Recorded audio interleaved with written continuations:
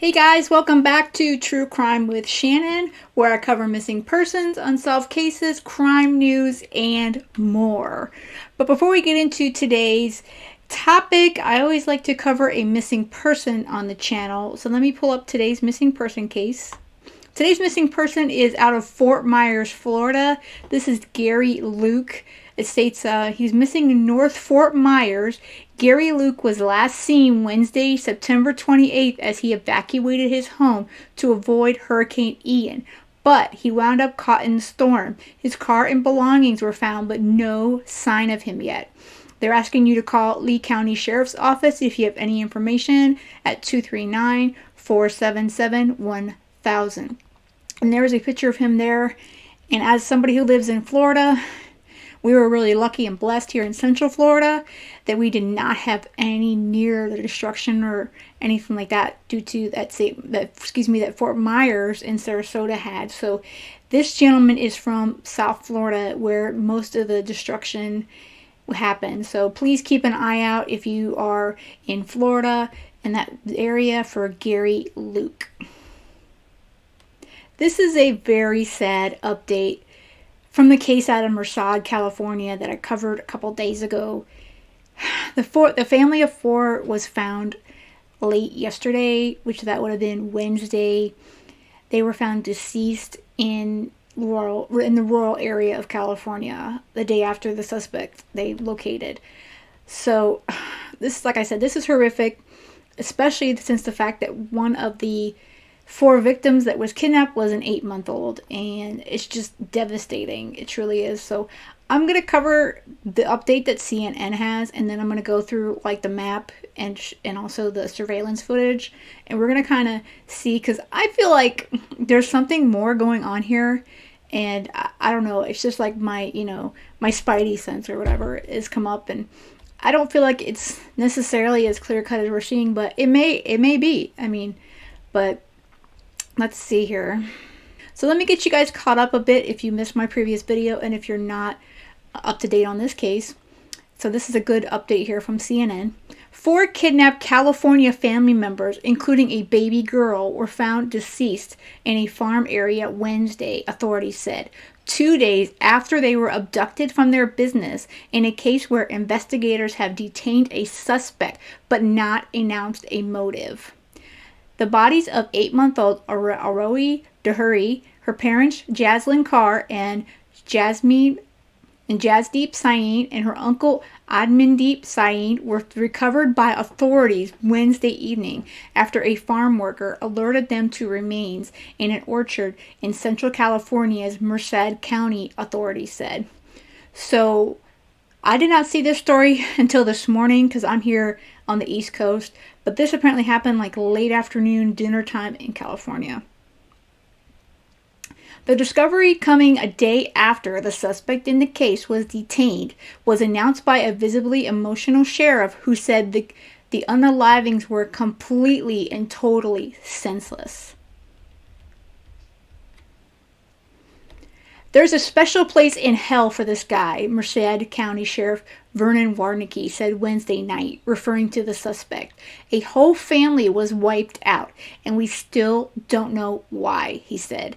The suspect, identified by the Merced Sheriff's Office as 48-year-old Jesus Manuel Salgado, remains in custody, but has not yet been charged. Salgado is suspected of involvement in the kidnapping and unaliving of the 4 victims. Alexandria Britton, a spokeswoman for the sheriff's office, told CNN on Thursday. The family was kidnapped at gunpoint, an abduction recorded on surveillance video from their trucking business Monday morning in Merced, a city between Modesto and Fresno in Central California, authorities said. Investigators learned that they were missing after a family vehicle was found abandoned and on fire that morning, authorities said. So we're going to watch that surveillance video shortly here. Police took the suspect into custody Tuesday after his family told law enforcement he admitted to being involved in the kidnapping, Britton said. The circumstances around this, when we were able to release everything, should anger the hell out of you, Warnicki said.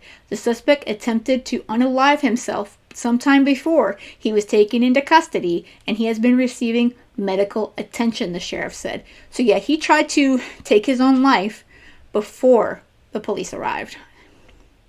The sheriff did not say how the family was unalived. He said it appears they were unalive where they were found, and unalive before the sheriff's department was notified on Monday that the family was missing. Yeah, they believe, the sheriff's office believed that by the time they located the uncle's vehicle that was on fire, and by the time they realized that these four family members were missing, this family was no longer with us. So I believe that's probably the case. I don't think that, sadly, they were, once they were abducted, I don't think they were around much longer. Salgado is the main suspect in the killings, though investigators believe others may have been involved, according to Warnke, who did not elaborate on the extent of the involvement. I fully believe that we will uncover and find out that there was more than just him involved, the sheriff said. He has been providing information to investigators, and officials are working with him to identify a motive, Warnke said. So yeah, we only see one person in the surveillance video. When I show you, we'll discuss that. But it does seem that it might be more than one person involved. It seems a little sus, and I agree with the sheriff that it does seem like it would be at least a two-person kind of situation here. Salgado was previously imprisoned for nearly a decade after being convicted of attempted false imprisonment, first-degree robbery, and possession of a controlled substance, according to records from the California Department of Corrections and Rehabilitation. Salgado was sentenced in January 2007. He was released on parole in June 2015, and his parole supervision ended in June 2018, the department told CNN in an email. Okay, CNN is working to identify Salgado's legal representation for comment. I have no idea if he's got an attorney at this point. I would think by now he probably does, but... Earlier Wednesday, authorities released surveillance footage of the kidnapping at the family's Merced trucking business Monday morning. And we're going to go through that here. The video shows Jasmine Saeed arriving at the business's parking lot at 8:30 a.m., followed by Amandeep Saeed arriving 9 minutes later. Shortly before 9 a.m., Jasdeep is seen encountering a man outside the business. The man carried a trash bag and pulled out what appeared to be a firearm, the video shows. Several minutes later, Jasdeep and Amandeep are seen with their hands tied behind their backs as they get into a truck. Shortly after, the truck leaves and then it returns 6 minutes later. Upon returning, the suspect enters the business and exits with a gun in hand as Jasleen Carr holds 8-month-old Arohi and walks in front of the suspect to the truck. Later Monday, a farmer found 2 of the victim's cell phones on a road, authorities said. At one point, the farmer answered the phone and spoke with a relative of the victims. Before the bodies were found on Wednesday evening, a family member had urged people to come forward with any information in the case. This is a peace-loving family and running a small business in the Merced area, pleaded Bakavandar, a family member. This is something that nobody is prepared for dealing with. We are just hoping and praying every moment. On Tuesday morning, investigators learned that an ATM card belonging to one of the victims was used at a bank in Atwater, California, which is about 9 miles northwest of Merced, the sheriff's office said. It's unclear whether the man in custody is the person who used that card. Well, we later learned the image that the police actually released was not of the suspect, Jesus. It was from another man, so that was an incorrect image. The suspect in custody was convicted in 2005 in a case involving armed robbery and false imprisonment and was paroled in 2015. In the previous case, the man acted alone and knew the victims, according to the sheriff. Okay, so that's pretty much getting everybody up to speed. So let me see if I can pull up the surveillance here so we can look at that. Okay, so this one is actually going to be off of the video that they showed at the presser yesterday before they actually located the family. So this here, it actually starts, you don't get to see the husband, the father, and the uncle arriving, but this is the point when someone comes around from the highway, he comes around and he's approaching the building. You'll see him down toward the bottom of the screen to your right, and then you'll see one of the gentlemen in the family, he comes out to meet up with this man. So that's where this particular video starts. Jazz Deep goes over and makes contact with our suspect, and then you'll see them walking back over towards the building. He's got this trash bag in his hand. As Jeep walks up to the building, we'll pause it and get a photo of our suspect.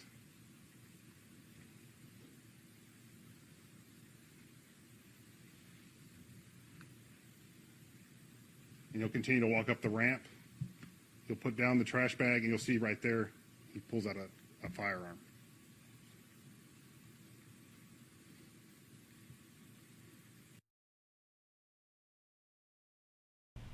I don't know why that cut off.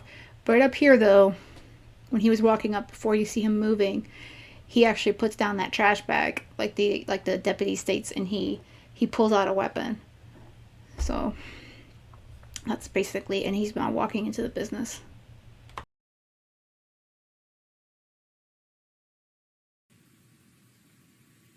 He then enters the business. Unfortunately, there's no cameras inside of the business, so we have no video surveillance inside.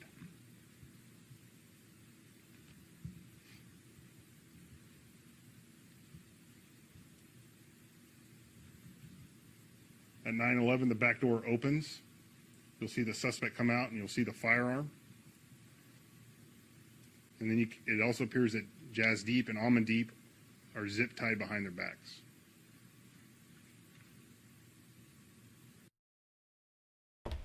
If you notice, there's this dog here. This man actually approached from that back. You kind of see the orange fencing. There was a road he was coming up, and he came up to that direction around, and then he approached the building. There was like a big highway there.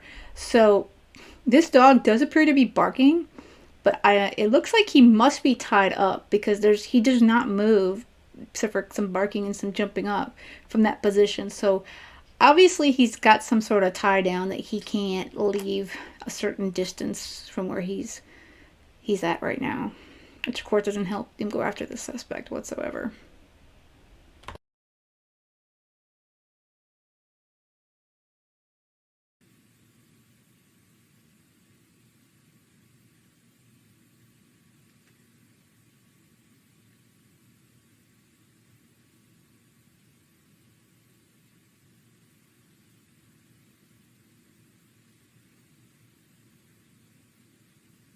See, there's like two different angles they have. They have a camera here, and then there's obviously the camera right back there.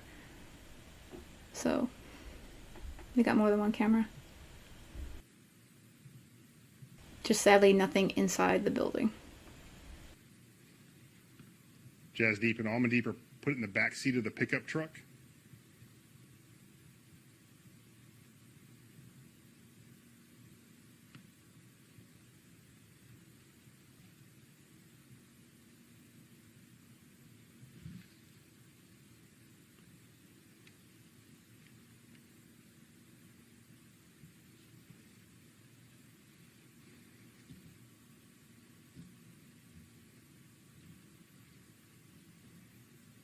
All right, so that was 9:13 when the vehicle left. It's now 9:19. The truck is back.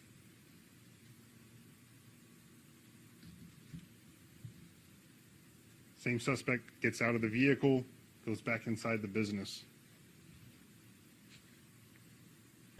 You have to wonder what he did in that time period. Where are the two men, the two brothers? Less than a minute later, you're going to see Jasleen and Arohi come out of the business unrestrained.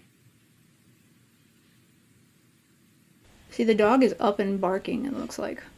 Oh, yeah.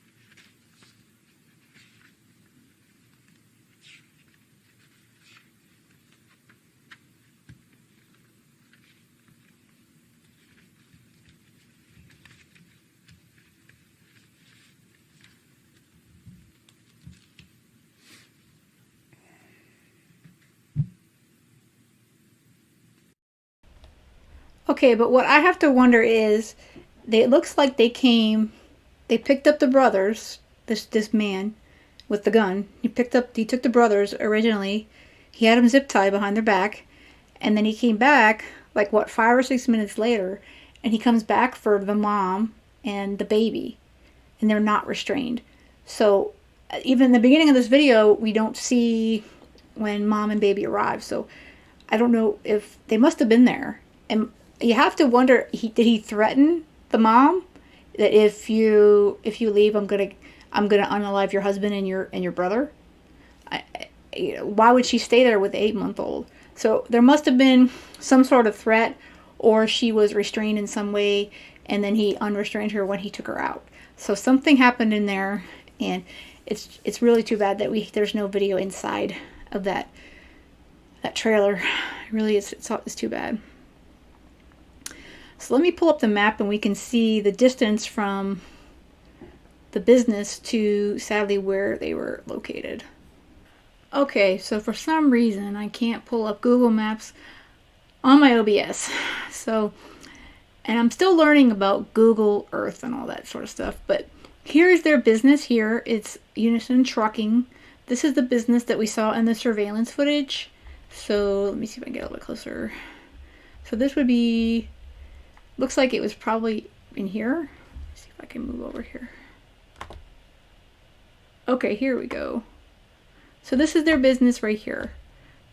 Looks like this is where their business would be.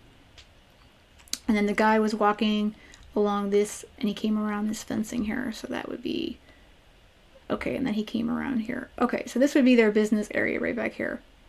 And then from that distance, they were taken and ultimately located at Hutchinson in Indiana, which is further this way,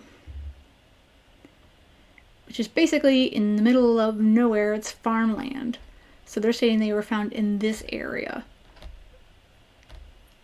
their bodies. So I don't know which actual direction, because this would be where the law enforcement and such was parked.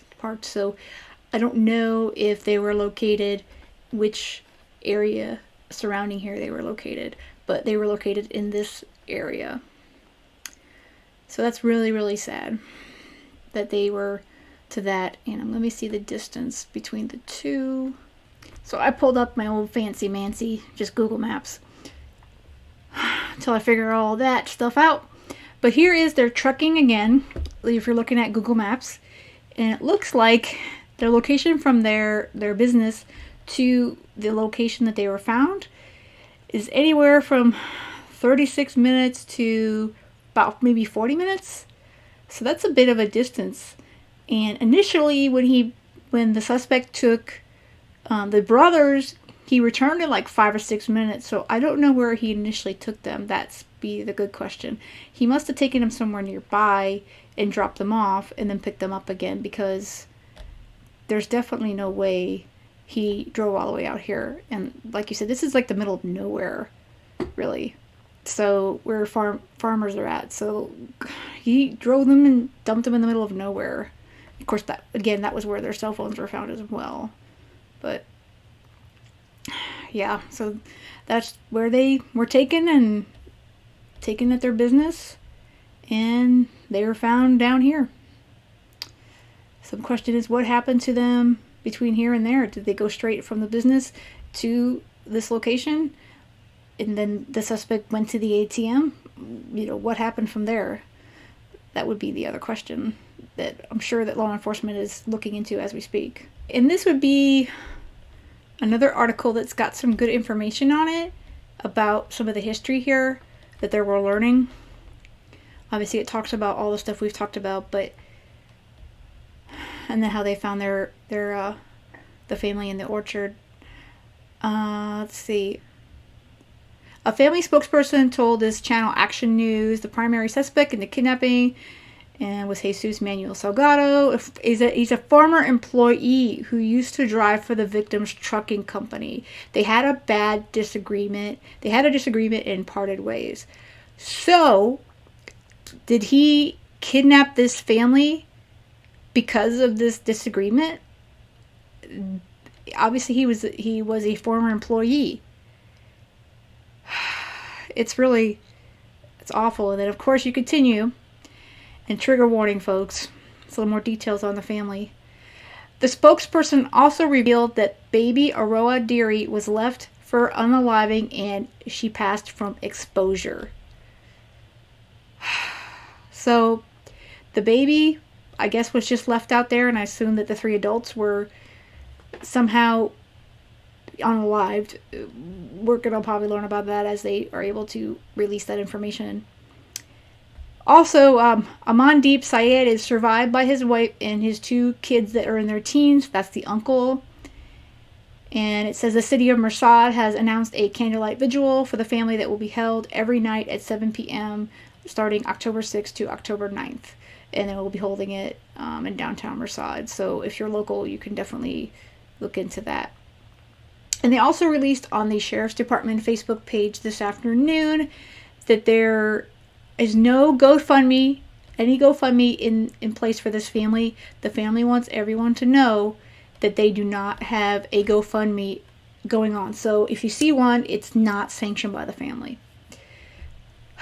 But this is a really sad situation, and hearing that the 8-month-old was just left to, for the elements, that makes it even worse. So this guy is a monster, and the sheriff had some words to say about him, and I'm going to play that from his last press conference, which was last night. There was not a farm worker, it was a fellow under contract to clean an orchard. It's harvest time, and he was out there helping with the harvest and came across them. We believe fully that our victims were deceased before we even got notified of the crime. The sheriff expressed his anger after the bodies were found. There's a special place in hell for this guy. I'm hoping our district attorney's office goes for the death penalty. I'm going to tell you that right now. I'm not going to sugarcoat it, and I would like to be there when that happens. That's how pissed I am with this. This is completely and totally senseless.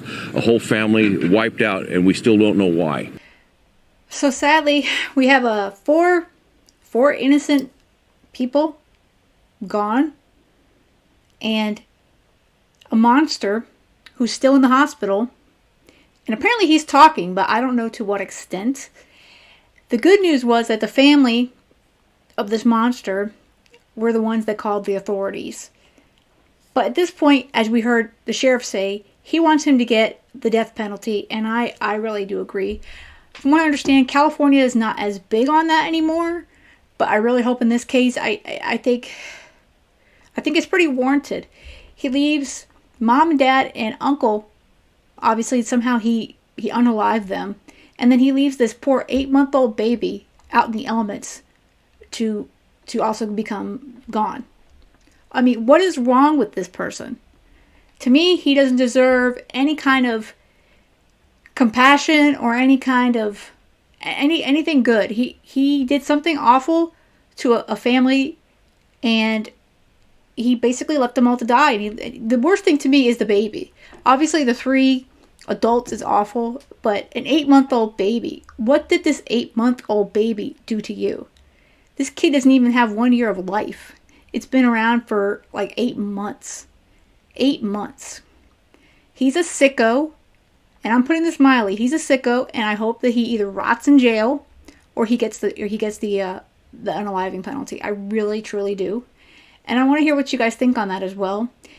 But I do wonder, I mean, we're seeing that he was a former employee of the brothers' trucking company.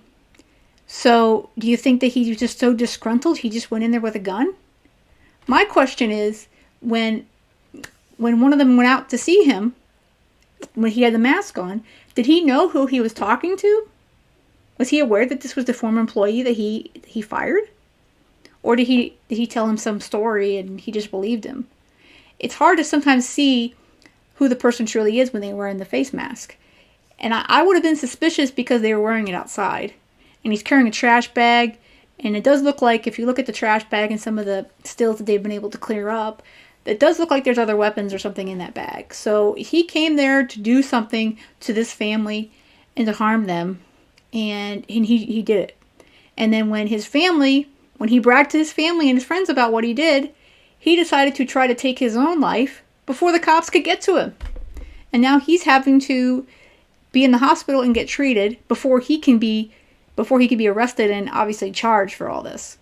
So it's just a horrible, horrible, horrible situation. It's horrific, and I don't know. It's really, it sickened me when I heard this morning when I woke up that this family was no longer with us. It really did. And like I said, the baby, especially it's just sad. It truly is. So, let me know what you think in the comments of this. Do you think there's something further into it, or do you think it's just a disgruntled ex-employee that just decided to, I don't know, rob him and just, I don't know. I mean, but I want to know what happened from the time that he took him into there. I mean, how long was that? Was it just the 30 some odd minutes that took him to bring them to that field, that orchard? Was that all it was? It's really sad. It truly is. And to let you guys know, I'm working on doing right now I'm deep diving, and I have a couple folks that help me out with some researching on the California serial killer, which I'm working on that. Hopefully I'll get a video out either tomorrow or this weekend for sure. I'm deep diving into it, and I'm trying to get as much info as I can on that one. And also, I have not covered Debbie Collier. A lot of other YouTubers have covered it, and I kind of feel like they've been doing an amazing job. And because of the hurricane and that sort of thing, it's kind of slipped through. So that one I'm probably not going to cover because it's, like I said, it's done very well through a number of folks. And I will be doing another update on Kylie soon, so stay tuned for that. I'm hearing some other stuff, but I may be waiting toward the end of the month. But I'm hearing some other stuff that's popping up, so we'll see. But there'll definitely be an update on Kylie, at least one more. But that's it, guys, for today. I hope you guys enjoyed the video. Please do let me know what you think. And again, if you have any missing persons posters that you would like me to share on the channel, you can always drop me an email. My email is always in the information of every video. Thanks, guys, and have a good one. And most of all, stay safe.